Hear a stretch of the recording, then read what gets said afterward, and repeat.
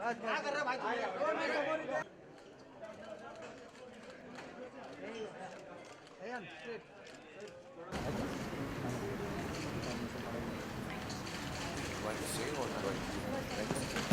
evening, everyone. First of all, Mili Aishwarya, thank you for publishing the book. Shobha for convincing Karan to write a book, and all his friends who are here, I'm sure, who have formulated his life, who have, done things in his life which comprise of the book that he's written. And Karan, it's a wonderful thing that you've done. I think yours is an extremely beautiful life. Yours is an extremely important life that people should read about. I don't know if people will learn or not, but it's important to know of your experiences. My only questioning part of this whole book is the title.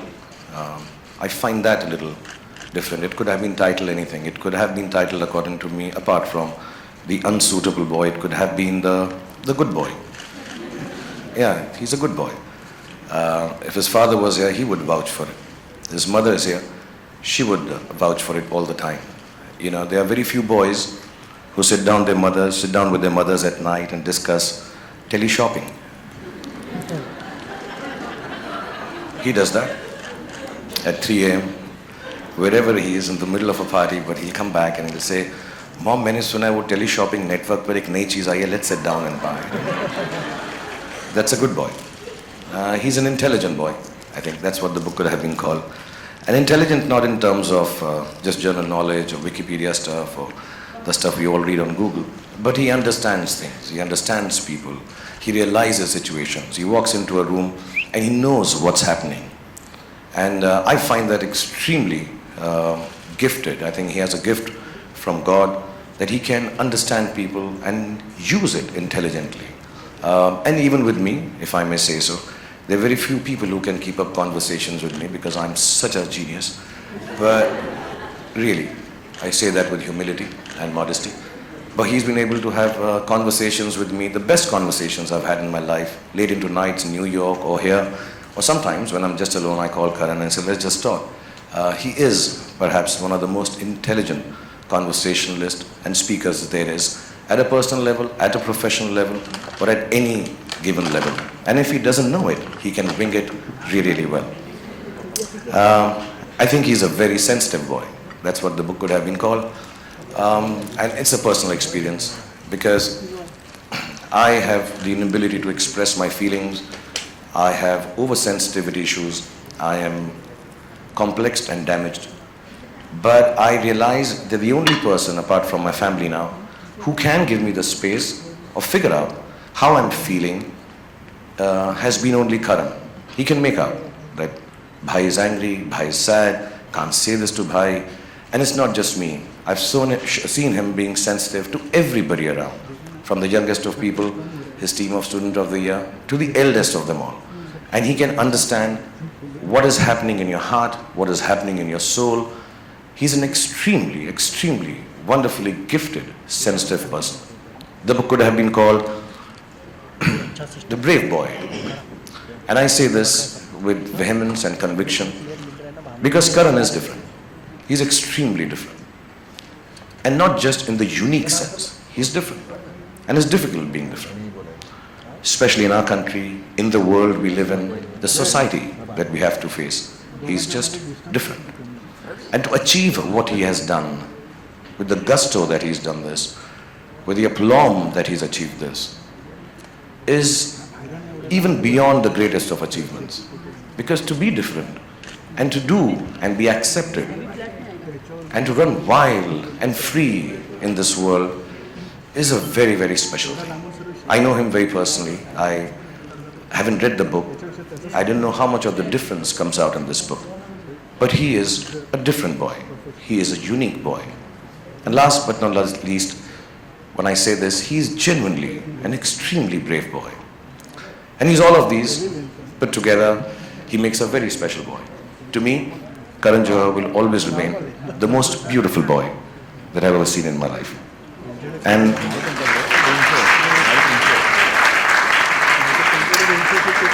I'm extremely honored to be here. And I don't say it just because we're at a function and you're supposed to say this about a guy who's releasing his book. I'm extremely honored, genuinely. You know, there are different aspects. You think of yourself when I was young, I thought if I get an X amount of awards, I would have arrived. If I got an interview with so-and-so journalist, I have arrived. If I made it to the cover of a magazine, specific one, oh, I have arrived. I genuinely believe 25 years of work, 51 years of age, I truly, and I thank you from the bottom of my heart for this, I truly believe my children, my wife, and myself, we truly have arrived because I have a full chapter in your book. So thank you so much. God bless you. And may Allah give you happiness, health, goodness, children, many of them, and everything that you ever wanted. God bless you, and thank you for calling me here and giving me such an honor. Thank you.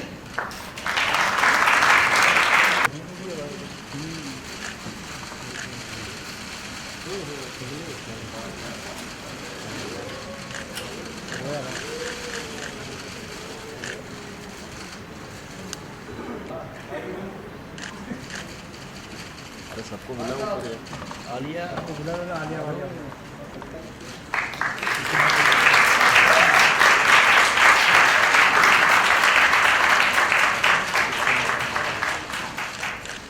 Sorry, and my special thanks to my very special friend Poonam, who's helped him write this book. I understand with the paucity of time and running around that he must have given you. Thank you so much for convincing, all you ladies actually. Thank you, this is a very important book. God bless you all for making him do this. Thank you. अरे गौरी बीच में आ रही है I'd like to personally thank all the members of the media who've come here today. Thank you very much. It means a lot to me. All of you have been a big part of my journey, and from the bottom of my heart, thank you for always being so supportive. And many of you are friends in the house, and the ones who are not will always remain special because most often good things are written. I also have to say that all my friends and everyone at Dharma who have shown up today, thank you so much. You know who you are. You mean the world to me. You are my world. Thank you, Mummy. I love you.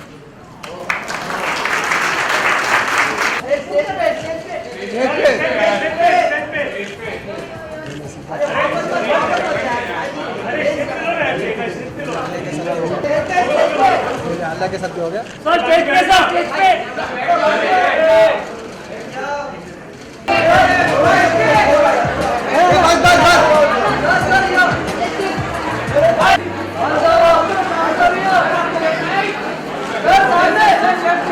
So Karan, let's get the easy stuff out of the way right now.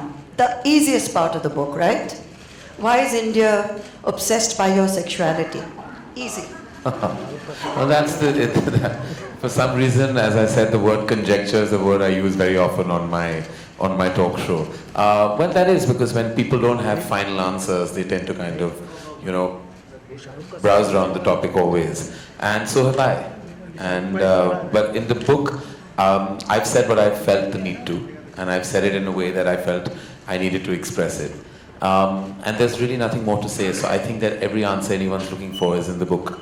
You know, there are several moments in that book where you talk about people confronting you at airports, at parties, and saying the most gross things, the most insensitive things, and you come back to them is sassy but also a little sad. Why should anyone have to explain any aspect of their lives at all or defend it?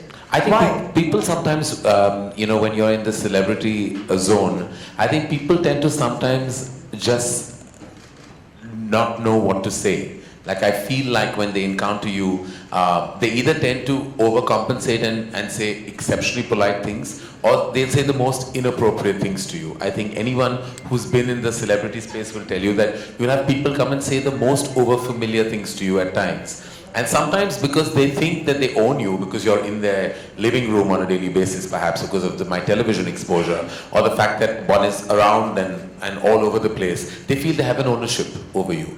And sometimes that allows them to kind of cross the boundary of decency. And they'll say things that are inappropriate. And you'll have to stand there. Sometimes you can give a response back, which sometimes goes over their head, because it's not a straight-line answer.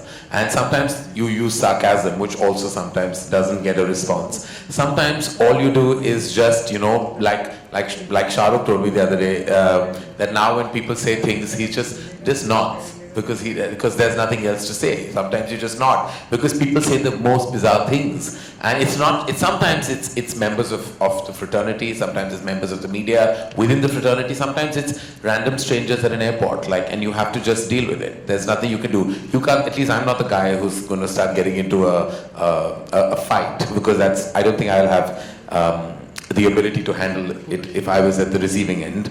So I just let it pass. You also talked about 3.5 failed relationships. 1 true love, and I think 3.5 failed relationships. You've spoken about it with a great deal of some amount of regret, but compassion, empathy about why they didn't work out. Well, they were not any relationships. They were mostly unrequited love situations, which is great fodder for a filmmaker, not so great for a personal life. Yeah, I mean, I suppose that comes from your sense of indulgence and over-expectation. Sometimes you tend to expect from quarters that you know won't deliver, and that invariably happens when and that's what I call indulgence. Is like if I had a pragmatic approach to love, which is not possible with me, I would possibly have been in a long-standing relationship, but I've always desired what I know I can't have. You also talked about divorce being the new marriage. And throughout the book, there is a kind of a strand which keeps going back to infidelity.